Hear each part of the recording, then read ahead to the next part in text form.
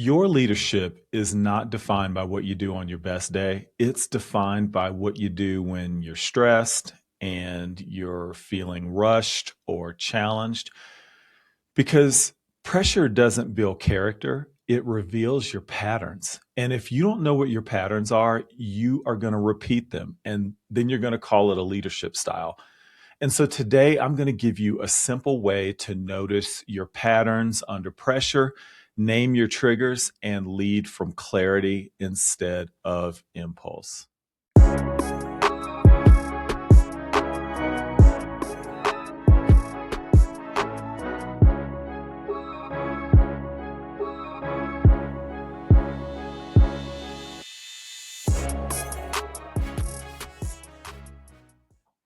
Well, welcome to Just Human. This is a space where we have honest conversations about what it takes to lead and build in today's world.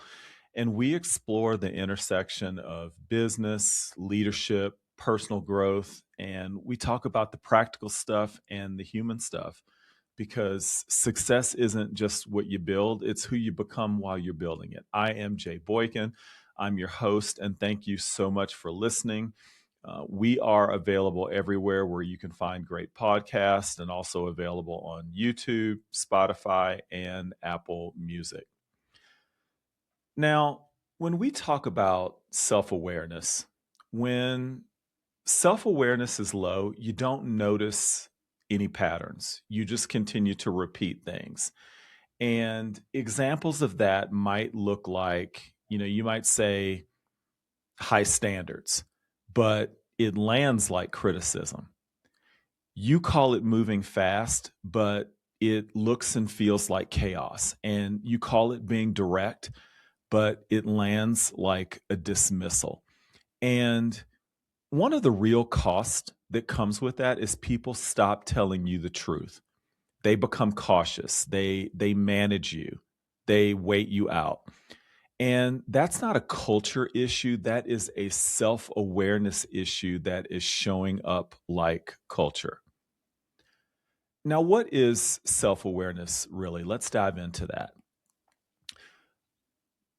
Everybody thinks about self awareness. It's one of those words that people, they kind of smile and nod, and almost nobody really defines. And if you don't define it clearly, then you can't practice it. And so here's my working definition for today. Self awareness is the ability to notice what's going on inside of you, your thoughts, your emotions, and your body signals, and how that is shaping your behavior in real time under pressure. In plain language, self awareness is catching yourself in that moment. It's not having a journaling session after you blow up on somebody. It's noticing before you blow up. It's recognizing, oh, I'm getting tight. I'm getting short. I'm in that place. It's catching that inner shift before your team has to deal with it. And I love this phrase because it's true. Self awareness is noticing your internal weather before it becomes external damage. Because leadership isn't just about what you think, leadership is what people experience around you as well. Now, let me make this real with a few quick examples. Now, self awareness is being in a meeting and noticing that, okay, I'm feeling threatened right now and I'm about to get defensive. It's reading an email and realizing that my body is reacting like this is an emergency, but it's not. It's getting feedback and hearing a story in your head that they don't respect me or I'm failing, and then saying that this story is all about me, and it's not. And the key is that most of the time you don't notice it, and you don't choose your response. You end up reacting to something. And I want to say that self awareness is not softness, it is a leadership skill because it protects your decision making. Now, why does this matter so much? Well, first of all, Self-awareness, it improves your decision quality, because when you're not self-aware, you're not making a decision, you're usually just reacting. And reactions can feel like decisions, but they're usually driven by something else like urgency or ego or fear, maybe even the need to be right or the fact that you're going really fast. Self awareness gives you an extra beat, just long enough to ask, okay, what's really going on here? What outcome am I trying to create? What is the best next move? Second, self awareness builds trust. People trust leaders who feel steady, not perfect, but steady. Your team doesn't need for you to always have the answer. They just need to know that you're not going to blow up on them when they come to you. They need to know that the rules don't change depending on your mood. And self awareness is how you become consistent. Third, self awareness reduces drama, because most workplace drama isn't really about the policies or the priorities. It is about unmanaged emotions, tone, assumptions, a leader reacting to the story in their head, and then they call it being decisive. And fourth, self awareness, it increases accountability. When you are self aware, you can say, hey, you know what? That was on me.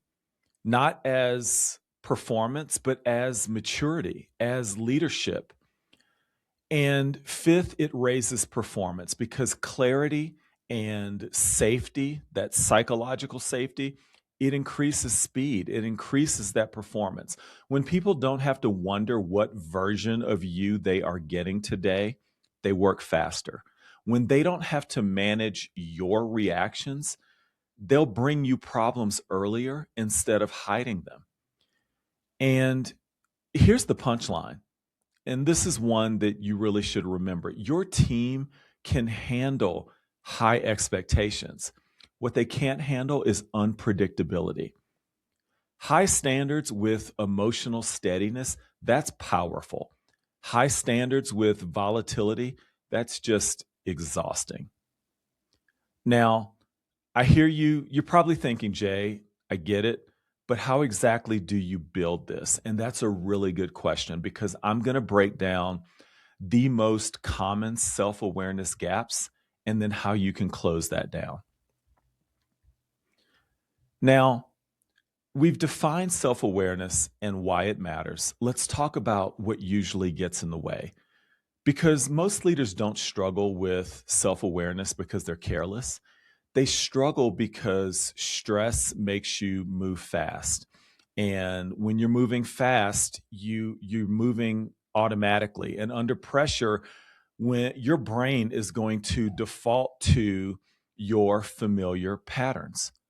So I want to give you three common self-awareness gaps, three places where otherwise really good leaders can lose clarity. And then I want to show you how you can start closing those down. Now, the first gap is that you don't even realize that you're escalated. And this one is huge, because when you're escalated, you feel normal to you, but to everyone else, you're a completely different person. And escalation doesn't always show up like yelling. Sometimes it's more subtle than that. It can be your pace, your tone, your level of patience or the lack of patience. It's how quickly you cut people off.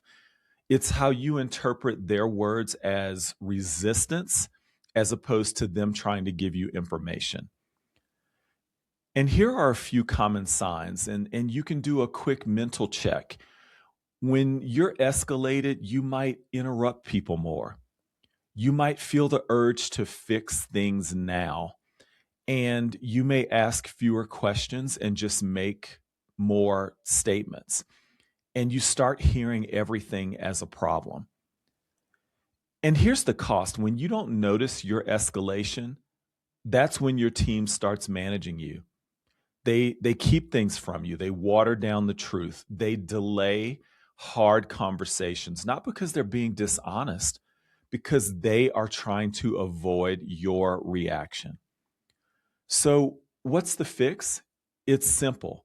You build in what I call a pressure signal list, and that's just 3 to 5 personal tells, and these are your early warning signs. For example, it could be that when you're escalated, you talk faster. When you're escalated, your shoulders could get tight.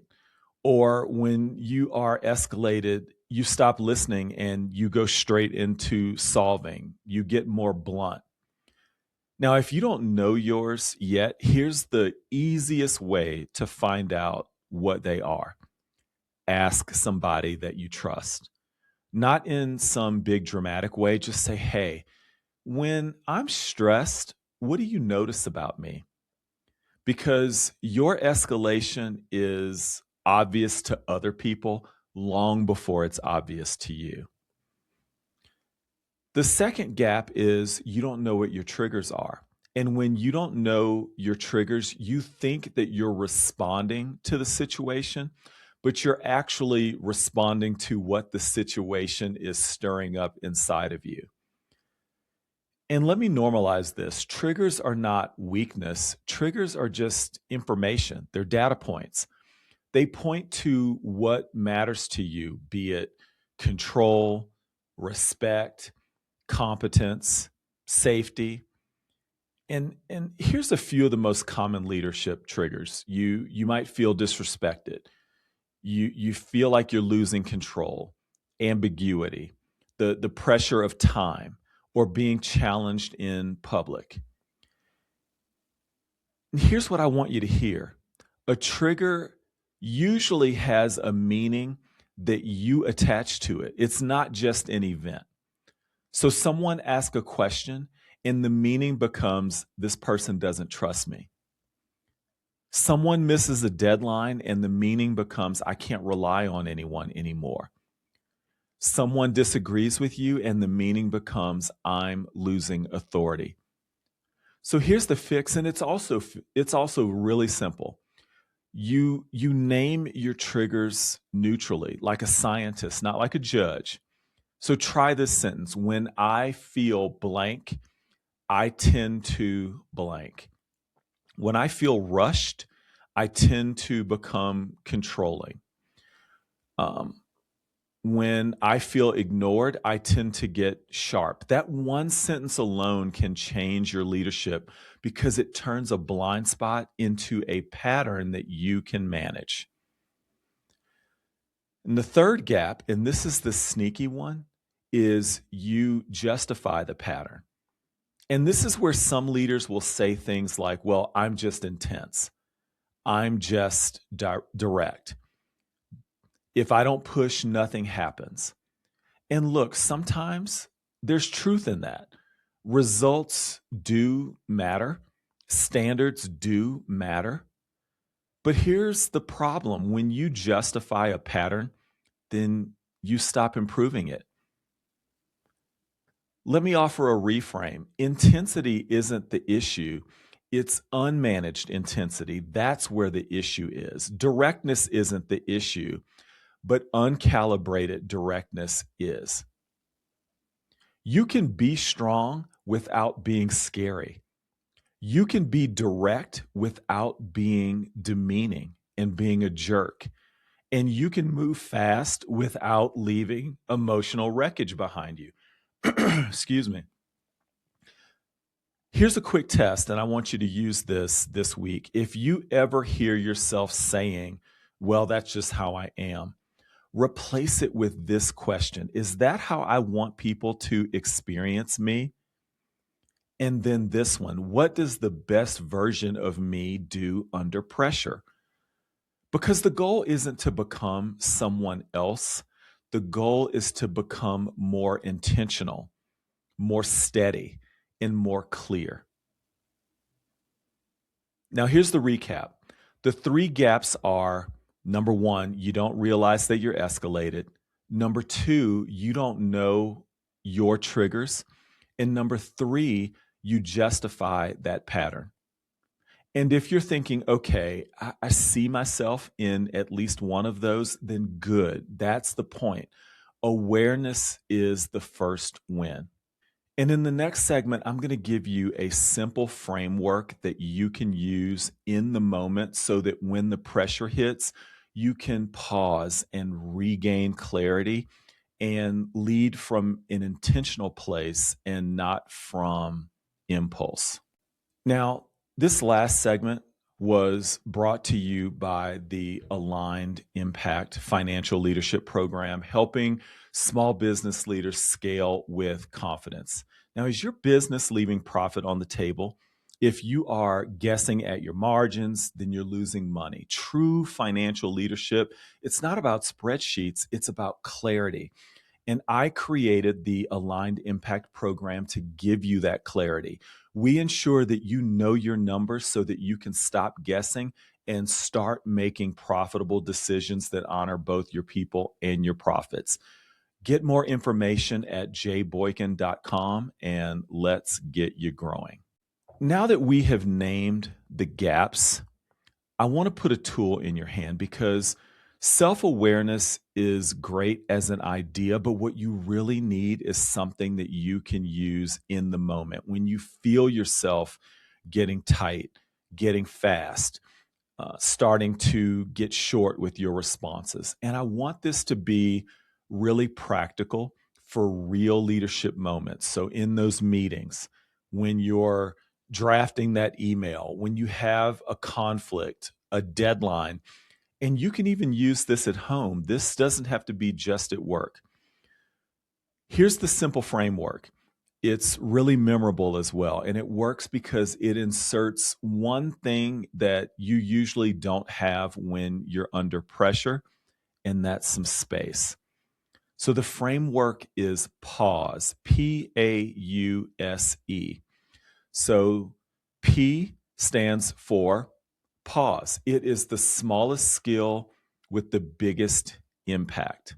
Now, I'm not talking about some dramatic meditation. I'm not talking about 30 minutes. I'm talking about 2 seconds.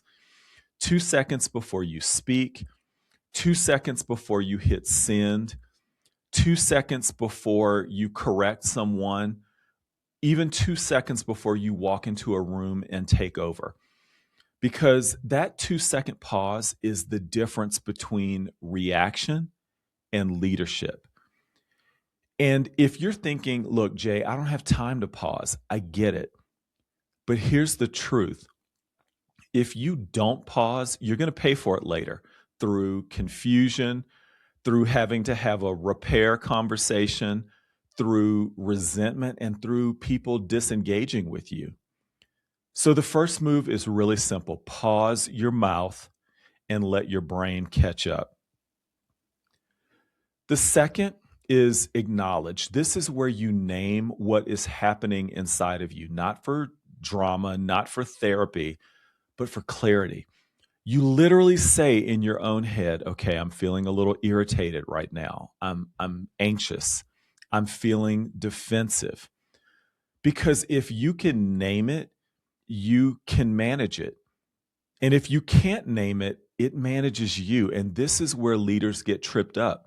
They think that feelings are irrelevant, but feelings are already in the room, and especially yours. Self-awareness just tells the truth about it. Third is understand. This is the what just happened moment, not what's happening on the surface, but what's happening underneath. You ask yourself, what triggered me, and what meaning did I attach to this? Because we're usually not reacting to the event by itself. You're reacting to the story that your brain wrote about the event.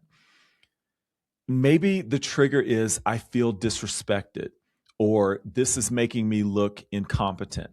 When you understand the trigger, you stop treating the person as the enemy, and now you're working the problem as opposed to escalating the relationship. Fourth is select. This is where you decide What does the best version of me do next? Not the stressed version, not the wounded version. And here's a few select options that work almost anywhere. Ask one clean question. Clarify the goal. You know, name the constraint, name what's going on there, and even take a break before you respond. If you have the ability to walk away for a minute, that's great. A line that I use all the time is, can you help me understand that? Help me understand creates a partnership and not a threat. And another powerful one is just, you know, can you just, here's what I'm solving for. Help me to understand how you're looking at this. And finally, there's execute. Execution is the moment where you actually speak or decide to send the message, but you do it with a steady tone and a clear point, not some sharp, vague, hostile response or reaction. It's clear and it's calm. Because emotional steadiness, that is a performance advantage. People can follow clarity. They can't follow you if you are in Hulk smash mode. And I know you may be thinking, wow, Jay, it took you 5 minutes to lay all those out. I don't have that type of time.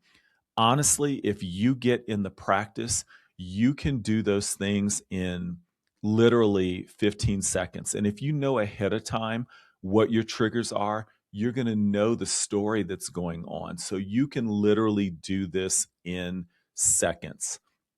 And speaking of seconds, I want to talk about the sponsor of this segment. We all know that time is your most valuable asset.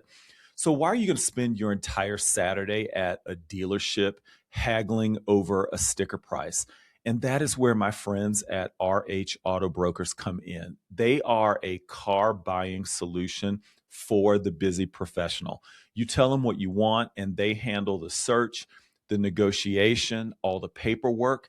So stop wasting your time and start driving. Visit rhautogrokers.com and let them do the work for you. All right.